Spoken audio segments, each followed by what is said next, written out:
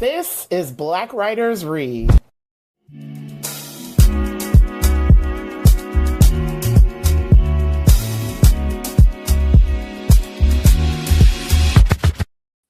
Good evening, everyone. Thank you all for joining me today for episode 20 of season 6 of Black Writers Read. My name is Nicole Young Martin, and I'm the founder, producer, and host of the series. Today is International Women's Day, and I'm so excited to introduce you to tonight's guest.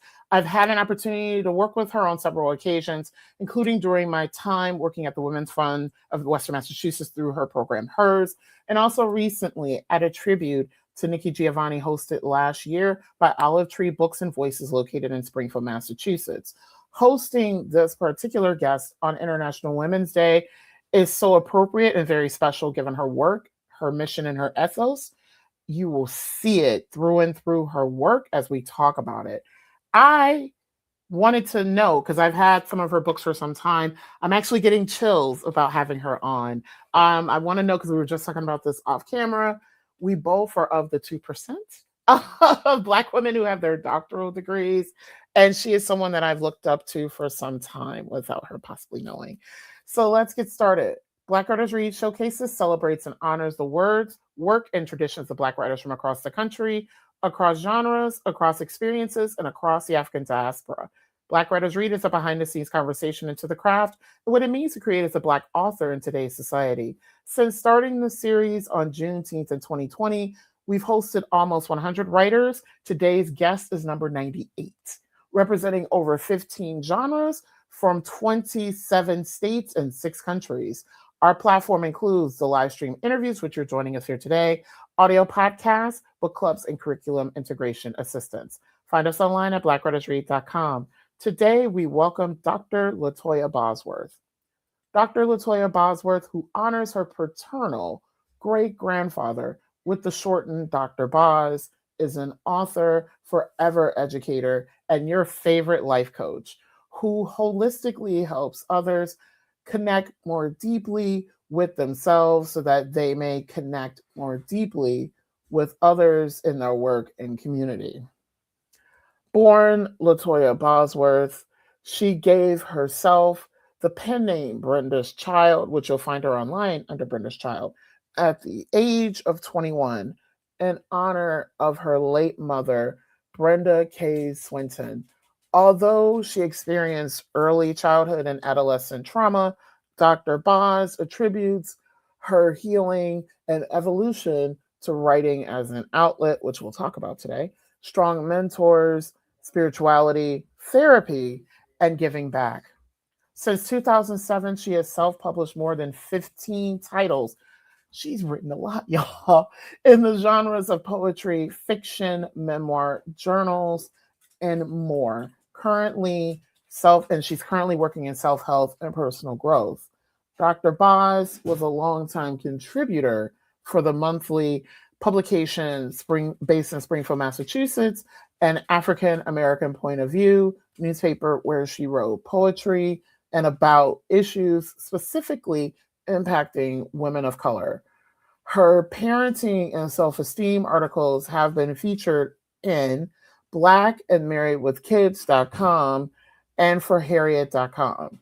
She was also an original columnist for Lioness Magazine, which is an online publication for women entrepreneurs. Dr.Boz continuously spreads her message of HERS, which is an acronym that stands for Health, Empowerment, Resilience, and Self-Worth, in workshops and as a keynote speaker, coach, and print and stage. Today, we'll chat about Dr.Boz's latest books, Quiet Strength, Loud Confidence, Reflections and Realizations of a Free Black Woman, and Joyworthy, the Little Guide to Experiencing All the Joy You Deserve. Published in 2021, Quiet Strength and Loud Confidence is an anthology of Dr. Bosworth's personal essays, poems, and personal growth practices arranged to guide you through the internal and external work of becoming and remaining free. If you already consider yourself free, may this book be a reminder to celebrate that freedom. If you are becoming unchained, May this book be the North Star, the moss of the north side of the tree. Oh my God, I love that. The drinking gourd on your way to freedom. You can experience joy every single day. That is, once you know what joy means to you. Published in 2024, Joy Worthy, the little guide to experiencing all the joy you deserve, will guide you through the process of asking specific questions that shift your perception and beliefs about what it means to create a joyful life. Each chapter highlights practices and ways of being so that even in the most difficult circumstances, there is still joy. Take it all in, you deserve it. Learn more about Dr. Boz by visiting her website at www.brendaschild.com. For those of you who are new to Black Writers Read, here's the format. I'm going to welcome Dr. Boz on. She's going to read from both works and we'll chat. I will be monitoring the comment section, which we have people joining us today from Facebook and YouTube. If you have a question, comment, kudos, congratulations, like everything celebrating today's author and flowers, please put them in the comment section. I will monitor them and either insert them in an appropriate time during our chat or hold them towards the end. I'd now like to welcome Dr. Latoya Bosworth to the virtual stage. Hello. Hi. So one of the things that I wanted to mention to folks before I turn it over to you to read is you recently just returned from the motherland and you look like you just returned from the Hey. love of the motherland. You want earrings? Yes. And glow from the motherland, that equatorial sun. Yes. Yes! I love, oh, excuse me, as I still have the cough. I love that you were able to do this trip for yourself. And I hope many of us, especially me, I got 90% DNA from Africa. I hope to one day return to the motherland myself. So, oh my It's God. so more accessible than we think it is. It feels like this far away abstract thing. And now that I've gone, I'm like, oh, we could do this. We could do this again when we're going back. Like it's that easy. I think it's just what we hear and like all the things that like all these misunderstandings about it. But it's such an accessible trip. Much like if you're able to do places like the Caribbean, then you're able to go to Africa. I'll say that. Nice. Nice. And with my proud 33% Nigerian ancestry, I Okay. need to get 20, 29 over here. Oh, wow. Yeah. Nice. So I'm so excited to have you and listen to you read. Thank you for being on for International Women's Day. I'm going to turn it over to you to read and I'll be back to chat. So happy reading. Wonderful. Thank you. I'm going to start with reading from Quiet Strength, Loud Confidence. I'm going to read the purpose statement, or what other people would call an introduction. There are way too many of us living in cages, some literal. For many, it's self-imposed confinement. We allow the society to become judge and jury, guilt and shame to be our warden and guards, restricting our movement. We lock away our true selves for fear of further condemnation. Quite frankly, it's whack. It took me close to 20 years of adulting to realize that a majority of my aspirations, marriage, home ownership, college degrees, were in fact not my dreams. Instead, they were expectations and goals of others. I totally get it. Just 4 generations ago, my maternal ancestors were emancipated from slavery and given freedom to work as sharecroppers and maids. For centuries, they had been restricted in their movement, action, and speech, their appearance and body language police. They prayed for a better life for their descendants, which included what they had been so long denied: education, land ownership, generational wealth. Freedom is more than just an amendment to the Constitution, more than political power. Freedom's scope is undoubtedly more than acquiring material possession. It is not just about having the money to do what you want. Freedom is autonomy. It's exercising your right to live a joyful life. It's not allowing social and religious constructs and outdated traditions to dictate that joy or what you do to feel that joy. It's showing up the way you are meant to in this world. It is living your truth and knowing through growth and acceptance. This truth changes. Freedom is jubilation, and jubilation is an active choice. As I write this, I can feel the celebratory energy of my ancestors surrounding me. They are uplifting me because despite society still trying to confine, police, and restrict and bite off this Black girl magic, I am their wildest dreams, a free Black woman. If you consider yourself to be free, may this collection of essays, strategies, and poems be a reminder to celebrate that freedom. If you are becoming unchained, may this book be the North Star, the moss on the north side of the tree, the drinking gourd on your way to freedom. Love eternally, Dr. Boz. So that is the introduction.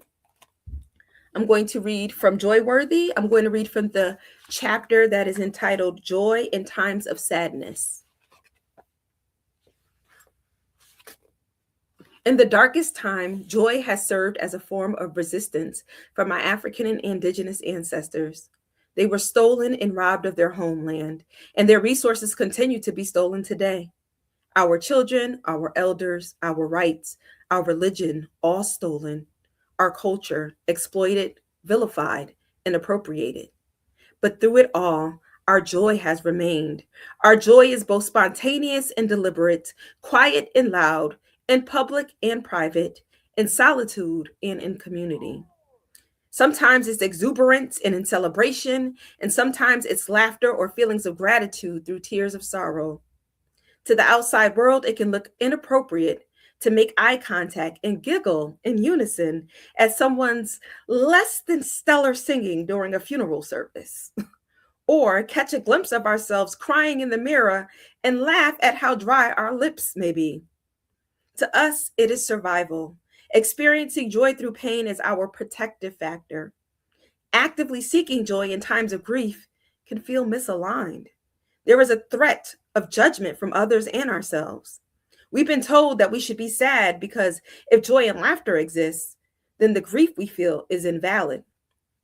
But more than one thing can be true at a time. A more recent example of this in my life was the day that my paternal great aunt transitioned. It was surreal, out of body. Her passing was impending, so it wasn't a shock I was feeling. It was re-experiencing previous trauma. It was November, and my great aunt had ovarian cancer. Exactly 30 years before, my maternal grandmother, who had been my caregiver since I was 4, was also dying of ovarian cancer. The last Thanksgiving she was alive was the first one she hadn't cooked for since I could remember. She would transition a month later on Christmas Day. Although I was at my great aunt's house, I was taken back to being 12 years old, watching adults comfort each other and gather in the kitchen to reminisce, to shift from moments of heavy silence to outbursts of laughter through watery tears. Except I wasn't 12. I was a grown woman who had become a witness, an observer of my experience. Taking it all in, I noticed my little cousin, who was about 10 years old. She sat alone in the living room quietly sobbing. I saw my younger self in her. The adults in the room were comforting each other, consumed with their own grief, and I saw a moment to make her grief experience different from mine.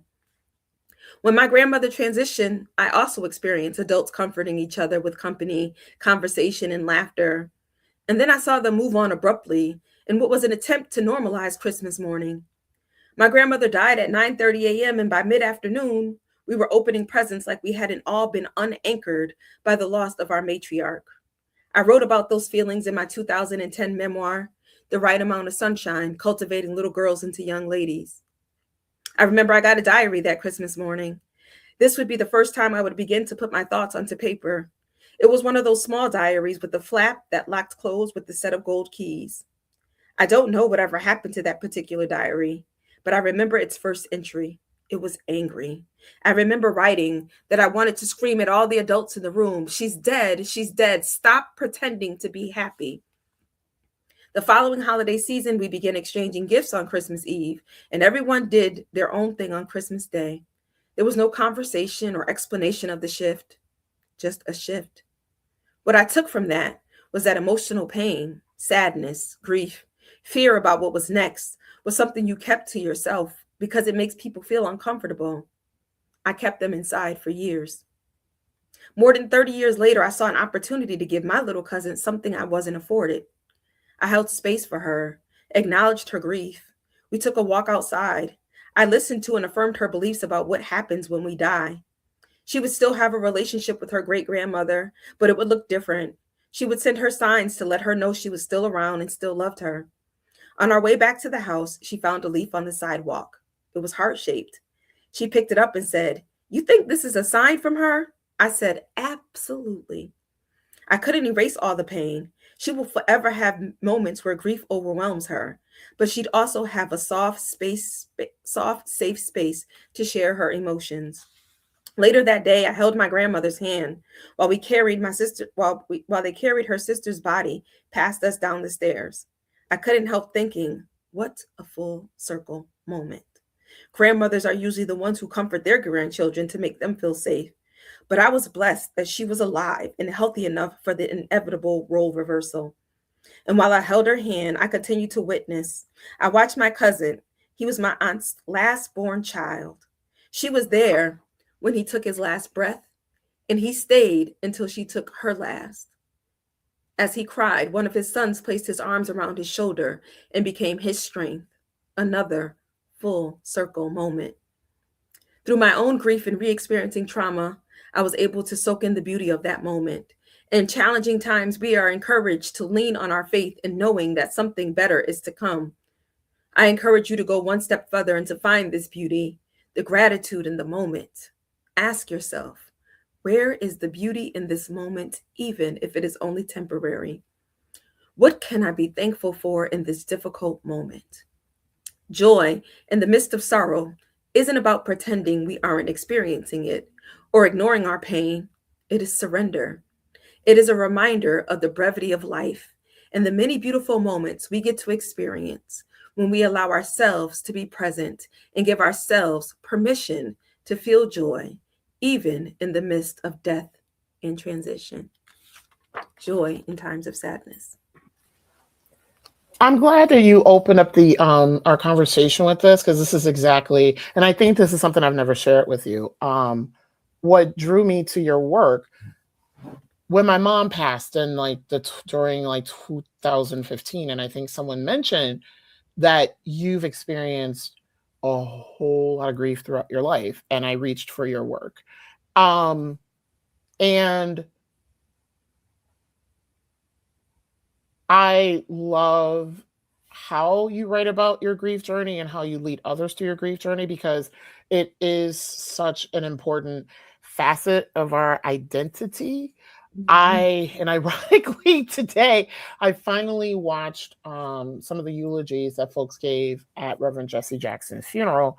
And many of them were saying like how not to forget people and all these other things once they've passed. And I'm so glad that you've carried the women. And this is one of the reasons why I wanted you on International Women's Day, because of how you continue to carry the women in your life who have become ancestors.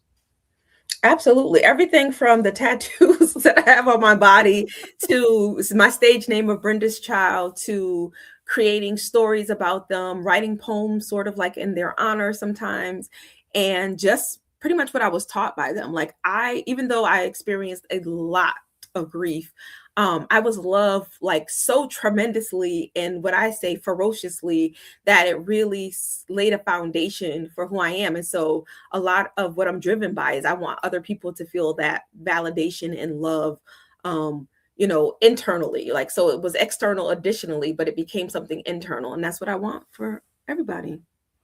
Yeah, and it's this constant question that I ask myself, and then we can go into the questions for the interview, because Sure. I know we're going to get into a lot of this. Is it's like, how do you, especially when you lose your foundation, like someone who raised you, and in your case, you lost them so young. It's like, the heavy load of how do you carry on? How do you carry on your own mission? And this isn't a question, but it's just a reflection on your work because I didn't write it down as a question. But, Okay. but yeah, but like, how do you? It's like multi-pronged. It's like, how do you continue with the mission that you were put here for? How do you continue in the ways that they've raised you? And then also, how do you pass it to others? Because that's one of the other reasons why I wanted you on for International Women's Day, is because of how you've taken your personal journey, illustrated it through your writing, and teach and mentor others how to step into their own grace, into their own power. Yeah, I think I was doing it like blindly, like knowing I was doing it. So first of all, yeah, lost mom at 4, raised by maternal grandmother because my father's paralyzed. He was paralyzed in a car accident when I was like 1.5. And so who's going to raise toddlers, right? Like he was unable to. So my maternal grandmother raised us, but then she unfortunately died after about close to 10 years. And so really, I really did feel like I lost 2 mothers. Like I didn't feel the loss of my first mother until I was probably a teenager, when I and later on in life as a young woman, I absolutely felt the loss of both. But like, because my grandmother was so great to me, like I didn't feel it as a young person. It wasn't until she passed away and I became a teenager, and then you throw in like hormonal changes and the whole experience of being a teenager and all the changes. And so I did not cope with it well. So first of all, I did not. I had a whole lot of issues.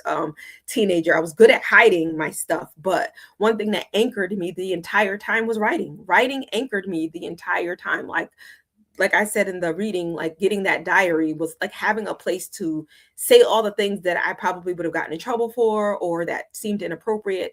Like that is what anchored me throughout the years. And so I think I started off like teaching like poetry workshops, writing workshops.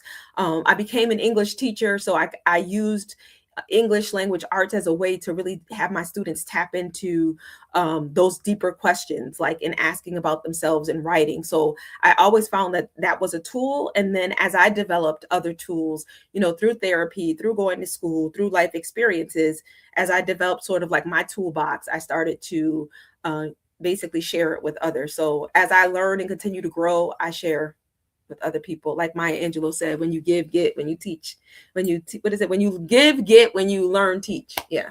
Yes. And I'm up here just coughing like crazy on That's all mute. right. Mhm. So I want to continue today's conversation by starting with, when did you discover your gift as a writer? Yeah, that question, I was like, ooh, because I think gift has so many different like meanings to me. Like, I always think about that. And so for me, I knew I wanted to be a writer when I was 8. Like I have a book that our English teacher like had us write, and she like laminated it, and we had to type it on a typewriter because this is like the early 80s.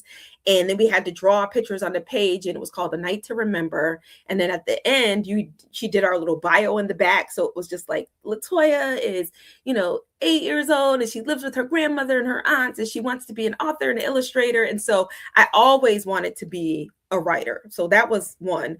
But I didn't know it was necessarily a gift. I felt like once I got into teaching and I started working with other students around using writing as like as a tool, I realized that it was a gift for me. Like it was a gift to me.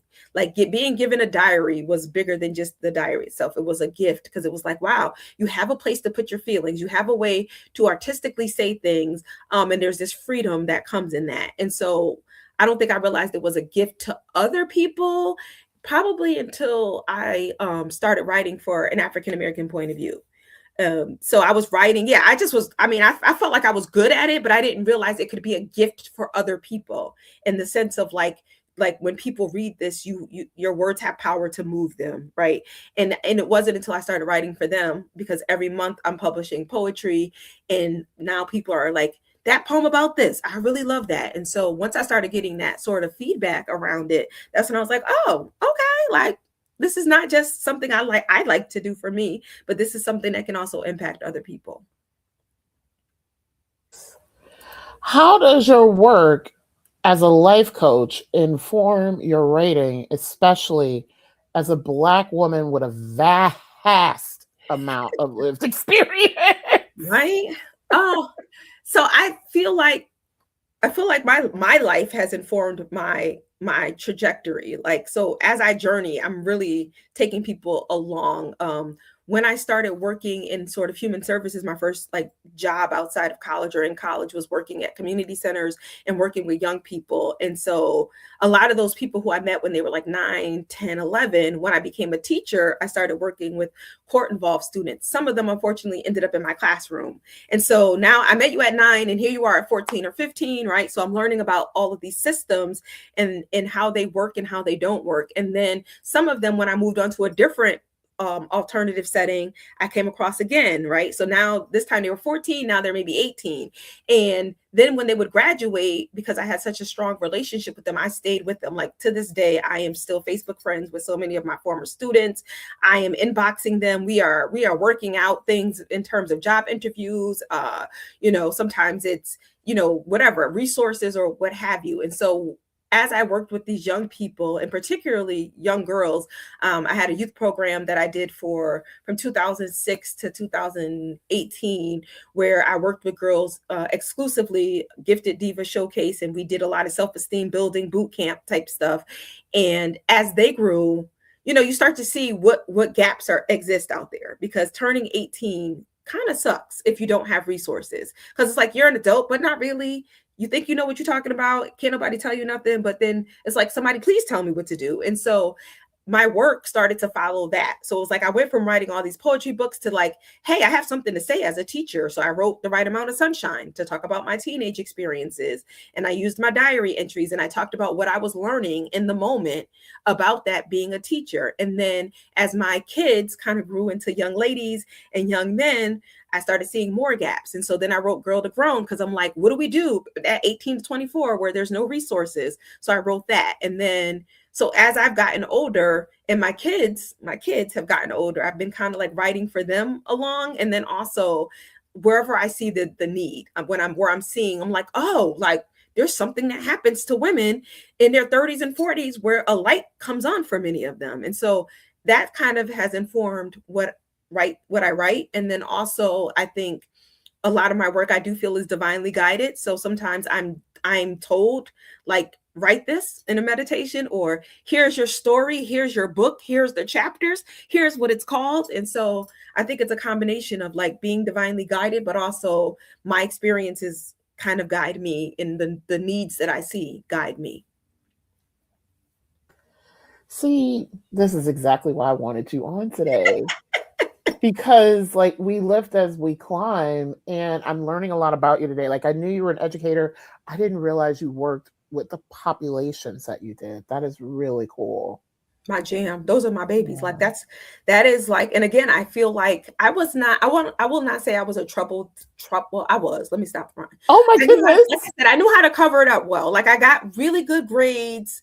I came home on time, but what I was doing before I came home, you know what I mean? And so there was a lot of abusive things. Like there was food abuse. So there was some eating disorder stuff.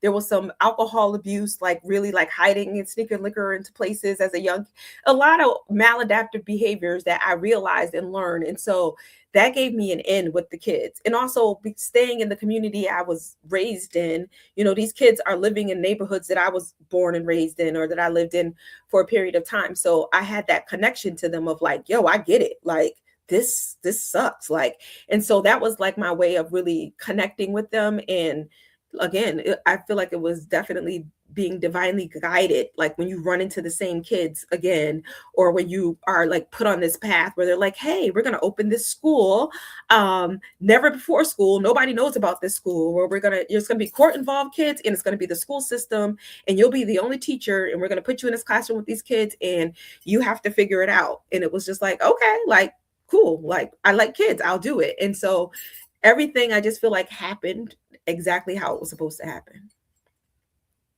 And this leads so nicely into my question. Um, my next one. And it feels like these two books, you may not have intentionally did it, but these books, you can put them so well into conversation with one another.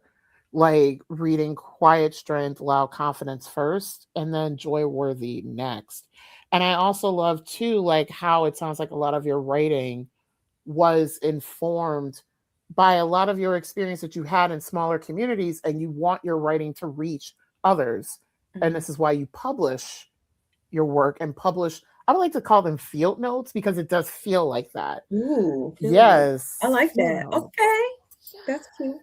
Which I learned that you have a very, which makes sense now, a very important like ancestor in your lineage. And I'm like, makes Right? sense Field note. now. The sociologist in me, right? Like it's wild. It's wild. Yeah. Totally wild. Like it is field notes. I love that. I am going to claim that Yes, moving please forward. do. So thank you for saying that, like the field notes. And it really essentially is like I said, a lot of writing I felt called to do. I felt like it was Mhm. put on me, like you need to share this. You have this personal knowledge. I think as I became more scholarly, like, you Mhm. know, obviously spending a lot of time in a doctoral program will have you looking for information differently and writing differently. Like going from creative to academic is a big difference. And so a lot of things I knew how to do intuitively. Like there were just things that like this is what I'm going to do, and then later on I'd find some science to back it up and I'm like, oh shoot, look at me, I was on point the whole time. And so as I wrote more recently in these other books, I have started to reference, you know, other writers, or, you know, reference a little science behind that, because I also understand that you, when you are trying to reach different audiences, some people are going to soak up everything you say because they know you. Some people are going to soak it up because it's what they're looking for. And some people are like, where are the facts? Says who, right? And so I've learned to like kind of give a little bit of everything and to be very forthcoming about what I feel I know to be true versus here's what the science says, here are what studies say, here is what we know, you know, based on, you know, these uh scientific based evidence. So yeah. Nice. So, with that said, what inspired you to write Quiet Strength, Loud Confidence, Reflections and Realizations of a Free Black Woman, and Joy Worthy, the little guide to experiencing all the joy you deserve, especially given that they were released only a few years apart, one Mhm. being in 2021 and being in 2024? So to be honest, the 2021 book, The Quiet Strength, Loud Confidence, um, one, it's based on a poem. So there's a poem called Oh, Sisters Are Dope that was published in my 2026 poetry book, self-titled. And there's a line where I say we are quiet strength and loud confidence. And so that's where the book came from, in writing about Black women.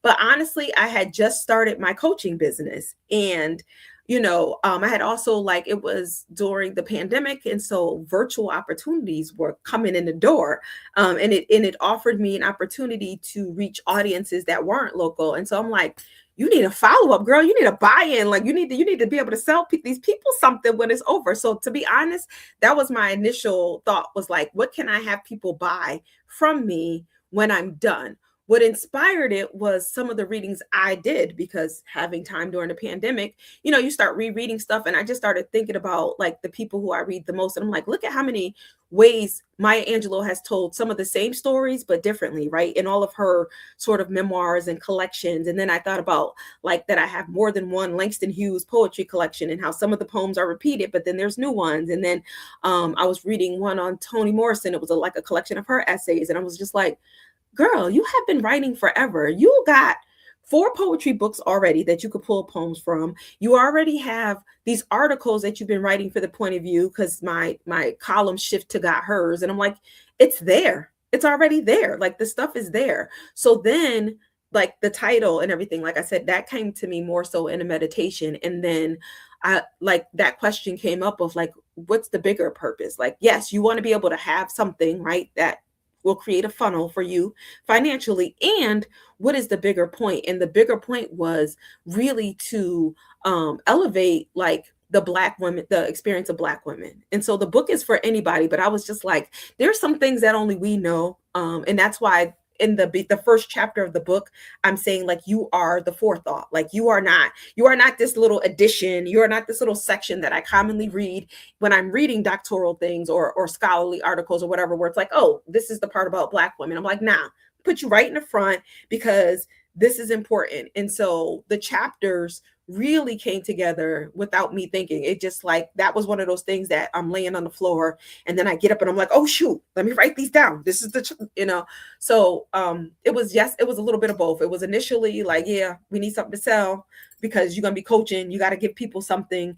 And then the other piece was like, no, this is important. Like there are so many people who are constrained, like, and a lot of times they're doing it themselves because we want to follow expectations, or we put these timelines on ourselves that don't even exist. Like who said that? Nobody did. You just you went with it and you ran.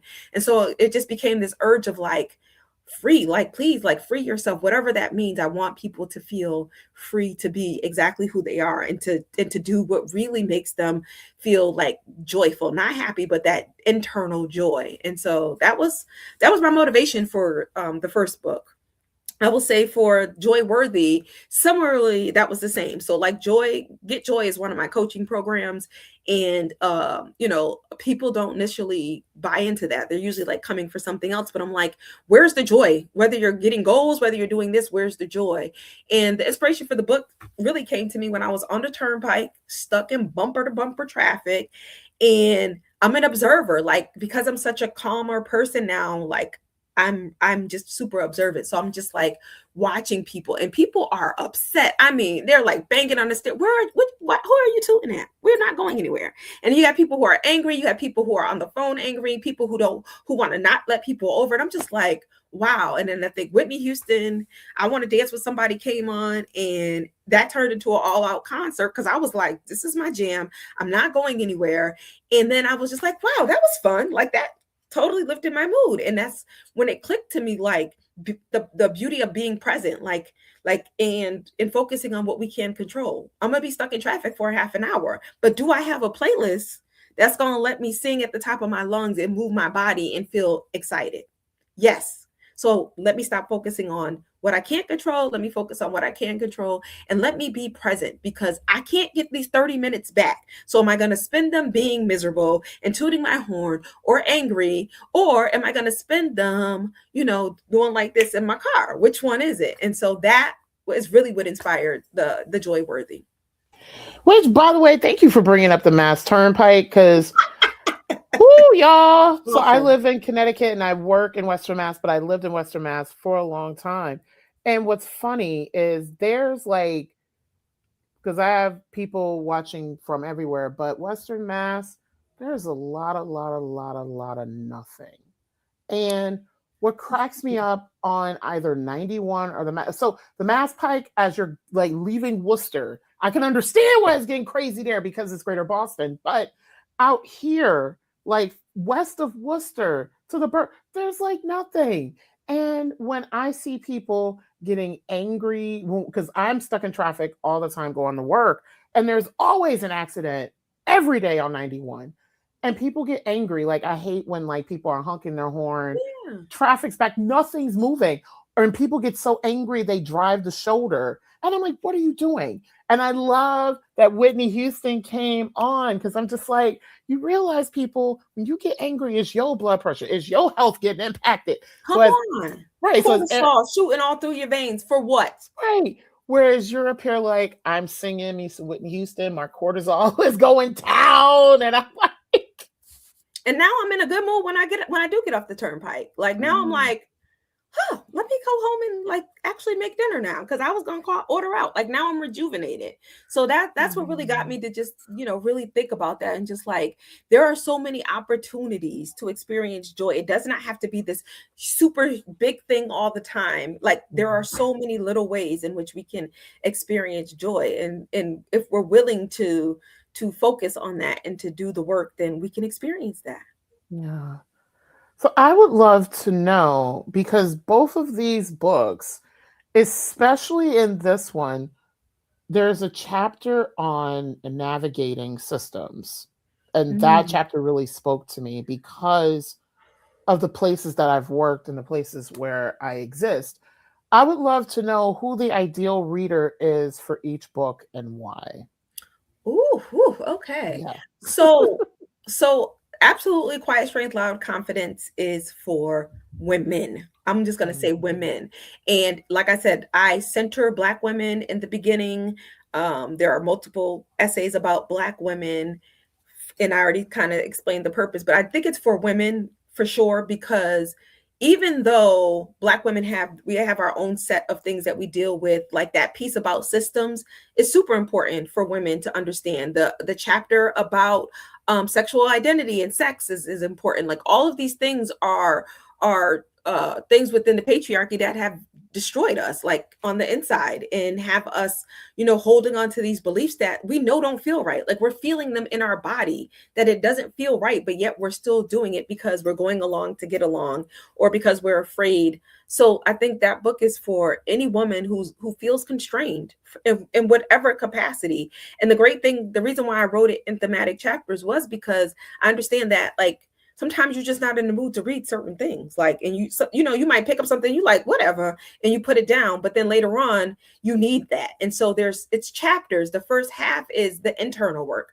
So the quiet strength is what we do when nobody's looking, that internal work, that consistent work, that's ugly hard work. And then the loud confidence is, now that I've done the work, or now that I'm doing this work, how do I step out and make a difference in the world? So that loud confidence piece is, what am I doing now, right? Like, how do I make sure that other women feel that same sense of freedom? How do I make sure other women feel seen and respected? So women for sure for the first book. I think Joy Worthy can be for anybody. Like, and that's the thing, like I wrote it, and I did write it in mind with not thinking specifically about women, because I have men who like follow me and make jokes like everything's for women, and I'm like, yeah, it's who I love. It's what I do. But I also want everybody to feel joy, because it's contagious. I think it's important because, again, if I'm feeling joyful and I spread that energy, then the next person feels joyful, and like that's how we slowly create these ripples of change too, is when people start to realize that they're worthy of feeling joy, and that they can be present, and that they can feel they have that freedom to do it. So they're definitely you could read them back to back, you can pick them up and read them, but yeah, quiet strength is definitely for women.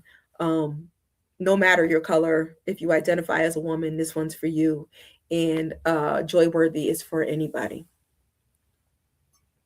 And then, since you are a poet, and I know you as a poet, how did you go about writing and selecting the poems that ended up in the books?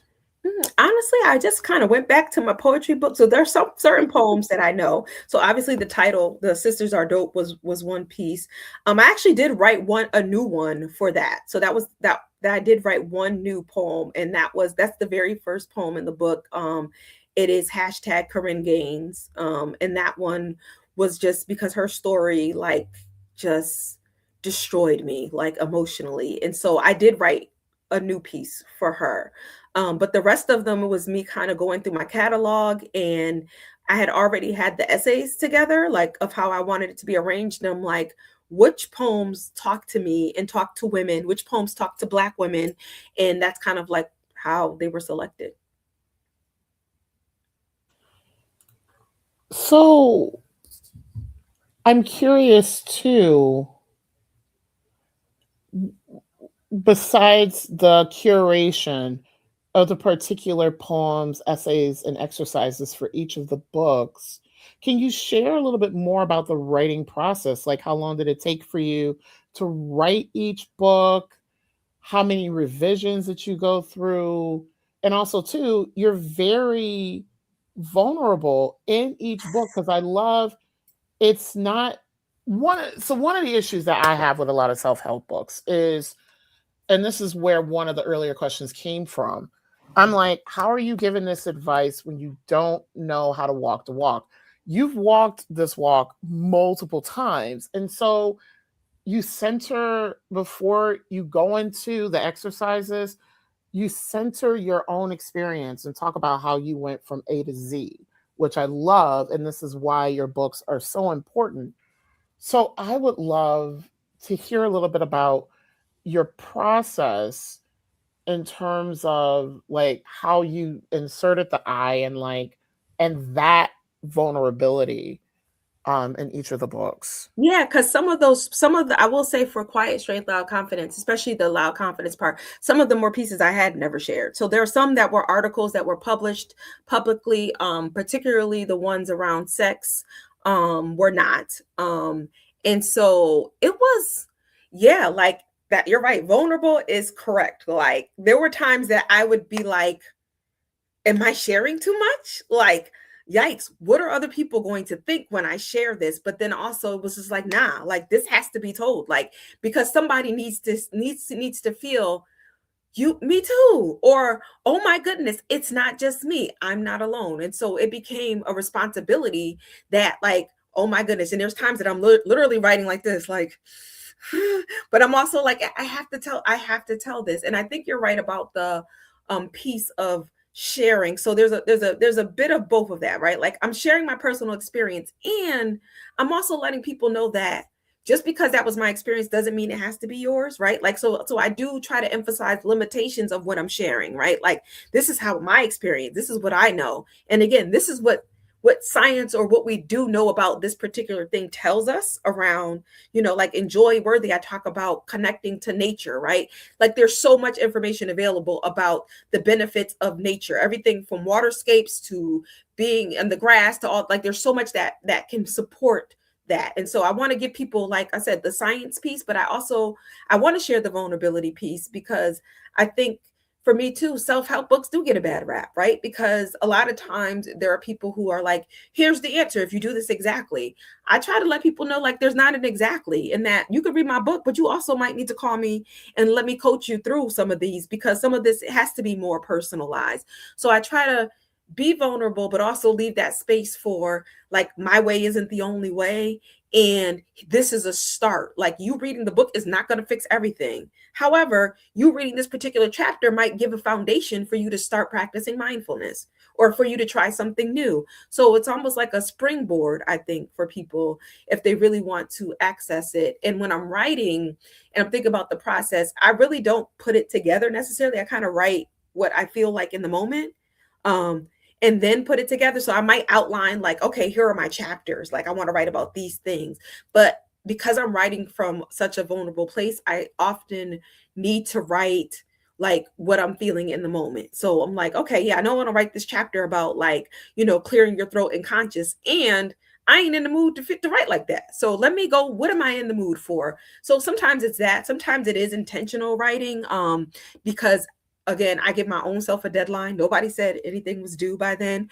But sometimes it's stuff like where I have to put a note in the bathroom mirror that says, but did you write today?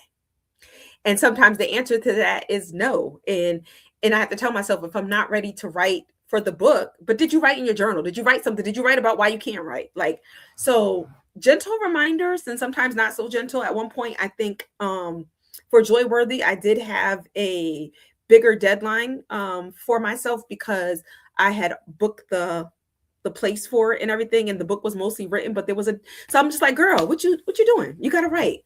And then the writing for me, I'm a handwriter, so I need the old classic, like, composition book, or like the notebook, 3 subject notebook, to write my stuff in first. Because that is just how it comes to me. Like, right, there's that connection, and again, there's science about that too, right? Like that hand connection, you're tapping into parts of your brain that you normally might not if you type things. And so for me, I love to handwrite. Sometimes I'll do it intentionally and say, I'm going to write for an hour. And then other times it was, my son has track practice, and so I'm going to walk the track for 30 minutes. And then for the next hour, while I'm waiting for him, I'm going to put my headphones on, and I'm going to bring out my book, and I'm going to write on the grass. And whatever comes to me, comes to me.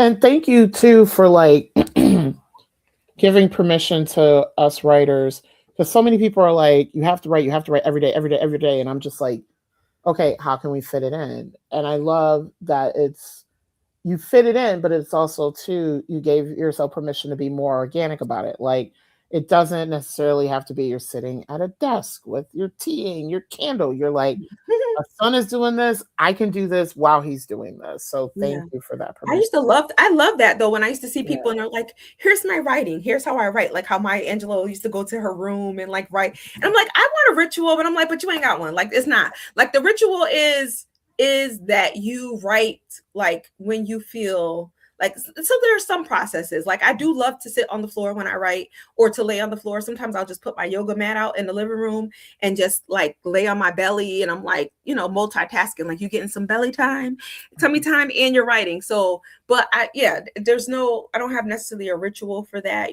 Give me a good pen that writes really well. And again, a composition book or what have you. And then it's like, get it out. I'm a get it out person first and then piece together the puzzle later on, and I might write it and it might stay somewhere forever, and then I pull it out and I'm like, come here, you need to be in this book, or I'm going to do something with you today. Nice. So I want to transition a little bit. I would love for you to talk about HERS, which for folks who are just joining us is an acronym for Health, Empowerment, Resilience, and Self-Worth. So I've had an opportunity to work with you through this organization. I would love for you to share with us some programs that you provide under this platform, and then how does it extend your reach as a life coach and writer? Sure. So multiple. If people visit my website, they'll see they're taking in like several directions. Primarily, I do a lot of workshops, and so workshops can be for mostly, again, my focus. I love women, and I also still love young people. So I love to work with organizations that work with young people or that work with women, whether that is those facilities that are more restrictive or whether it is a community program. So that is what I absolutely love to do, and I do that even in the school system. So I do professional development for educators around the how, right? So because you can learn how to teach, but like, what is the how do we connect to ourselves again so we can connect to our students more deeply? I'd work with human service organizations and training their staff as well. I also do group coaching if folks allow. This month, actually in a couple weeks, we have our Permission to Blossom retreat, which is a retreat for women that I'm hosting in the Berkshires. I'll be hosting 8 women for a weekend, and we are going to be doing some group coaching and some other sessions. The purpose is for them to blossom either a new idea, a new habit, or a new activity. And so aligning with the spring equinox, we are going to be springing into action. And then I'll be hosting another one in the fall, which I haven't released the details yet, but that one is called the Fall Reset Retreat, where we sort of take inventory and start that pre-planning process for what we want the next season to look like. So those take place often and they kind of book really quickly. And then I also have the She Got Hers conference. I think that's how we kind of came to know each other, mostly via email. And that one is a full day conference, which also can be broken into something smaller for young women 18 to 24 who are just trying to navigate entry into adult life. Again, a host of just different workshops, and I pretty much kind of cater them. I think my expertise as a former special education teacher has basically really helped me with every single way. So when I'm delivering workshops, I'm thinking about all the needs of everybody in the room. I'm thinking about making it interesting. I'm thinking about all the different types of learners. I feel like that has really helped me in teaching teachers and teaching social workers, even as an adjunct professor, because I spent some time doing that, like has helped me to create interesting content for my classroom. So yeah, I offer a variety of programming, and the best way to, see that is to check out the website. Yes, which is her website is www.brendaschild.com. Please look her up and hire her. Absolutely. Yeah, so I have a couple more questions for you. Sure. Prior to having our guests on Black Writers Read, we asked them why they write. Here's what you offered. When I started writing intentionally at 14, it was, as Maya Angelou said, and you mentioned earlier, because there is no greater agony than bearing an untold story inside of you.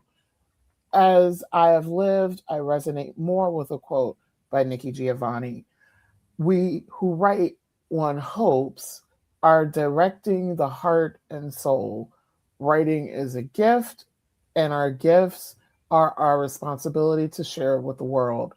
As a writer, I am creating an archive of what it means to be Black, woman, human. I love that those are separated. I am giving language to experiences and feelings that sometimes feel like there are no words for it. I am making sense of life on this earthly plane.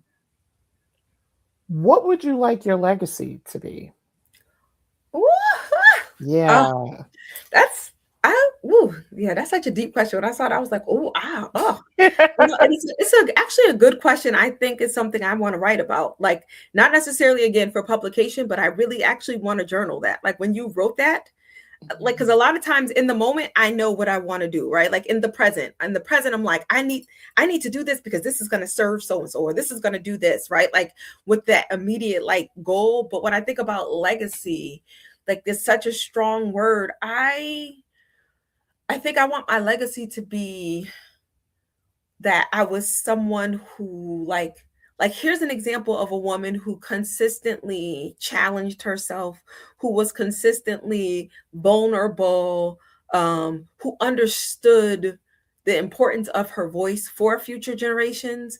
So yeah, I think that's what it is. I just want to be an example. I want to be somebody that people look to and are like, wow, like she was writing about that then, or like, somebody who's writing definitely coincided with the time, right? So like that legacy of like archive and history, but also somebody who people look back to in the very way that I look back to some of the people who I love to write and are like, wow, she was writing about that then. And also me too. Yeah. Like, so that's what I want. And you just bring me back to your dynamic reading that you did at Olive Tree Books and Voices when we did the Nikki Giovanni event. This is sorry to throw this question It's at you, totally fine. I'm good. I'm enjoying this. but I would love, before my last question, given that Maya Angelou and Nikki Giovanni are ancestors, their work I feel like is even more pertinent now because of the things that we're experiencing as women, as Black folks, and as Black women. What is a piece from each of them that is your favorite and why? Oh, child. Yeah. So first of all, Maya Angelou's poem Grandmothers is my favorite ever, ever, ever, ever, ever, like ever, ever. And I think it is because it is such a Black woman story. Like the way she tells it, and she goes through time telling the stories of Black women. In that line, I shall not be moved. And then that line about she stands in the classroom loving children into understanding. Like I've always resonated with that line. So that is my absolute favorite. But I also love this story, and I share this often when I'm working with people who work with um, populations that people consider challenging. And it was, not just her story as in like the things that she lived, because people sometimes are fascinated when they don't know that she was a sex worker at some point and, and some of her trauma. But she talks about the conversation that she had with her mom one day when her mom used to come over and cook dinner sometimes for her when she was a single mom. And then her mom basically told her she was great one day and was just like, I think you're great. She was like, Mary Bethune. She named some other people. I can't remember the quote exactly, but she was like, but you're great too. And she said like that her mom wasn't necessarily a nice woman, but like if her mom said that, like there had to be some truth to it. And if she was great, maybe she needed to start acting like it. And so I love that story because it truly speaks to the power of words, right? Like the words that we tell ourselves, but also when we speak life into people, how it can be such a transformative thing. So that's my favorite.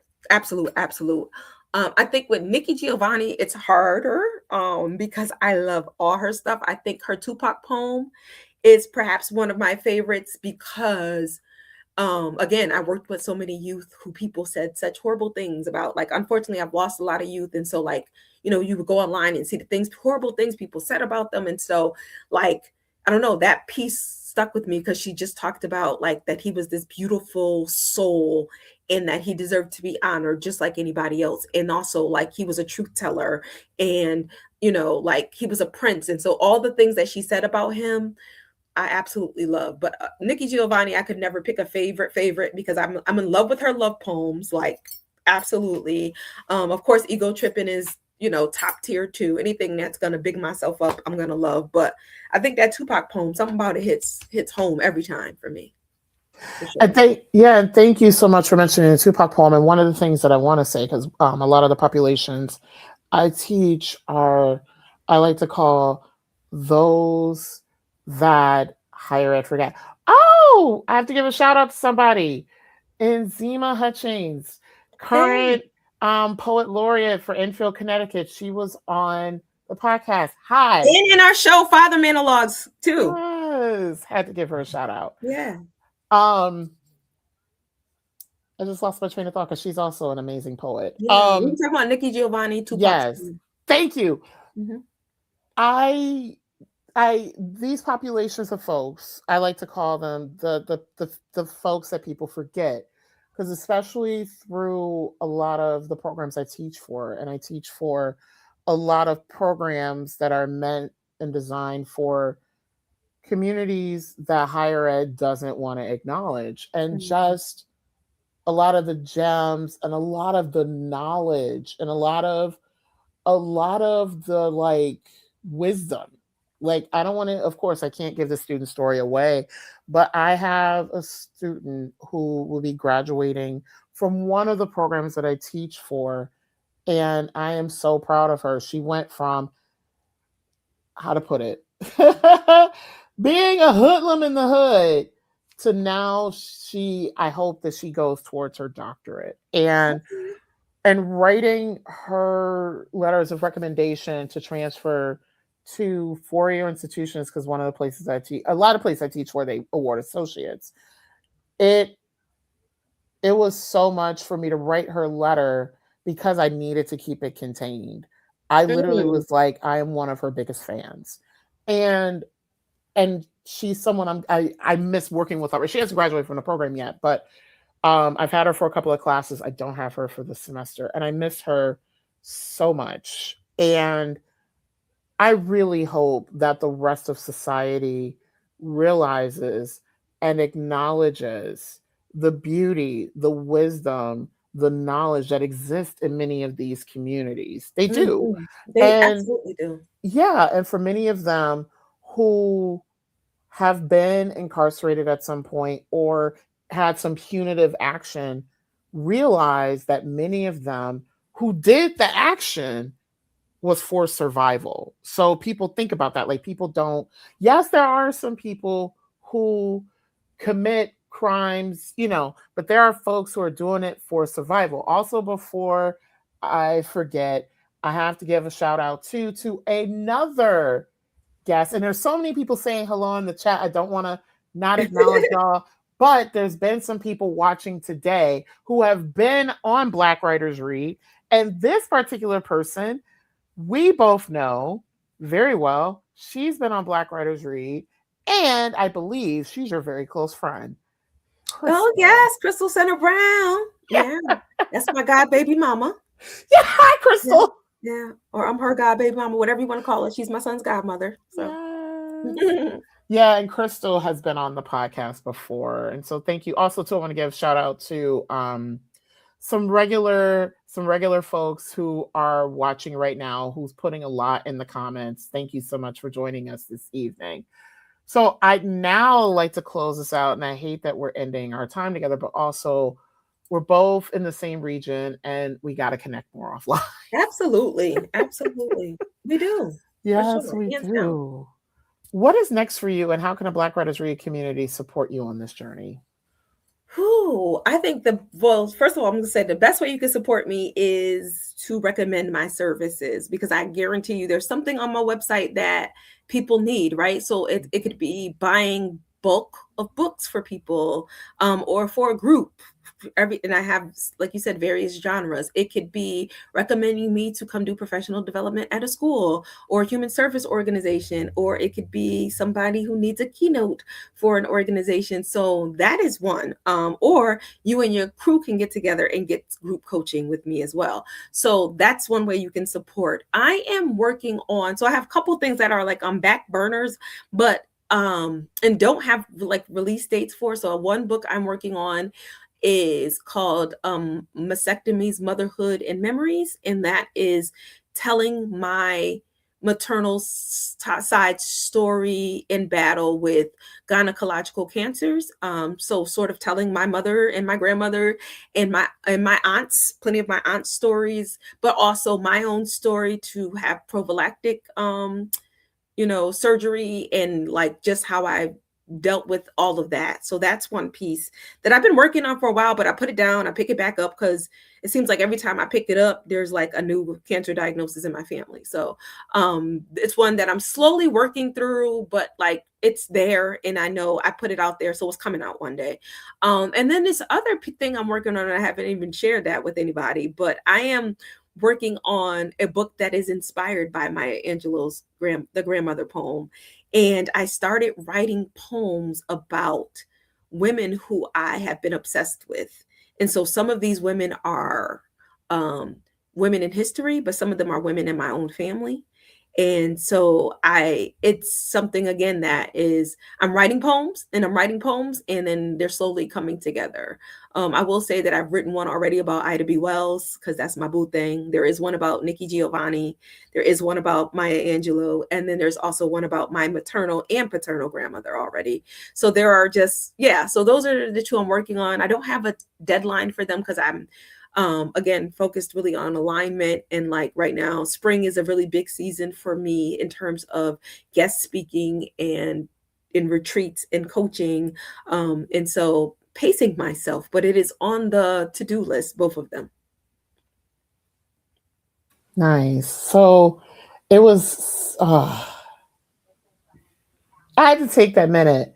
Like just you are Dr. Boz, you are just so phenomenal. Thank you for being you. Thank you for being so vulnerable. Thank you too for penning your stories because there's so many of us who can really benefit from your words and your work. Thank you. I will receive that. Thank you. It's sometimes it's good to hear because, like I said, when you're the Yeah. person, you're the hype person for a lot of people. Like as a coach, Mhm. I'm also somebody who hypes herself up pretty well too. But sometimes it's good to hear from other people. Mhm. The importance of something that is very dear to you. So I appreciate it. Yeah, and it sounded like as we were talking that you were writing like 90 dissertations as we were talking today, like just the brilliance that comes from you as you're freestyling. It's just, I'm like, Thank you. Thank you. I enjoyed today. This was great. yeah, this was amazing. And thank you so much for being on for International Women's Day. Like it meant so much to have you on today. Yes, and happy International Women's Day to all the listeners and to you. Yes, thank Yeah. you. Yes, I'm gonna wrap us up. I'm gonna take you off if you could stick around for just a couple of minutes Sure. after I end, and then we'll chat, and then we'll go about our Okay. Sunday. All right. Bye, everybody else. Yes. So thank you so much for joining us for episode 20 of season 6 of Black Writers Read. I will be back next week with our 99th guest. Yes, I cannot believe I'm getting so close to the 100th guest, y'all. I've been hustling at this for a minute. Follow us on Instagram at Black Writers Read, and we will be announcing our next guest soon. There are many ways that you can support Black Writers Read. It is so important to to support independent media, especially today. There is what you're doing right now. Many of you are joining from Facebook, YouTube. Please um, from where you're coming from, share the interview, share the resources that Black Writers Read has. Subscribe to the podcast, which we are available on Apple Podcasts, iHeart, Spotify, Amazon, essentially wherever you get your podcast. And when you're there, subscribe and please leave a review. That algorithm is so important to help others to find Black Writers Read. Black Writers Read is also on Patreon. Also, too, please go to the website www.blackwritersread.com. There are other ways on the website that you can support us, including financial contribution. This platform is legit, independently produced. You can support me by financially contributing through many of the ways listed here on the screen. Trust me, your money will go a long way. Not only does it cost a lot to run this platform, I offer an honoraria to all of our guests, which is something I learned that a lot of podcasts are starting to do. I also purchase the books from each of our authors and I make them available to different colleges and universities in the region that have Black Writers Read bookshelves. So again, blackwritersread.com, Black Writers Read on Instagram. I will be back soon. I believe we're scheduled to come again next Saturday. So thank you all for joining us this evening. Happy International Women's Day. And more importantly, thank you so much for ensuring that Black writers continue to matter. I'll see you next week.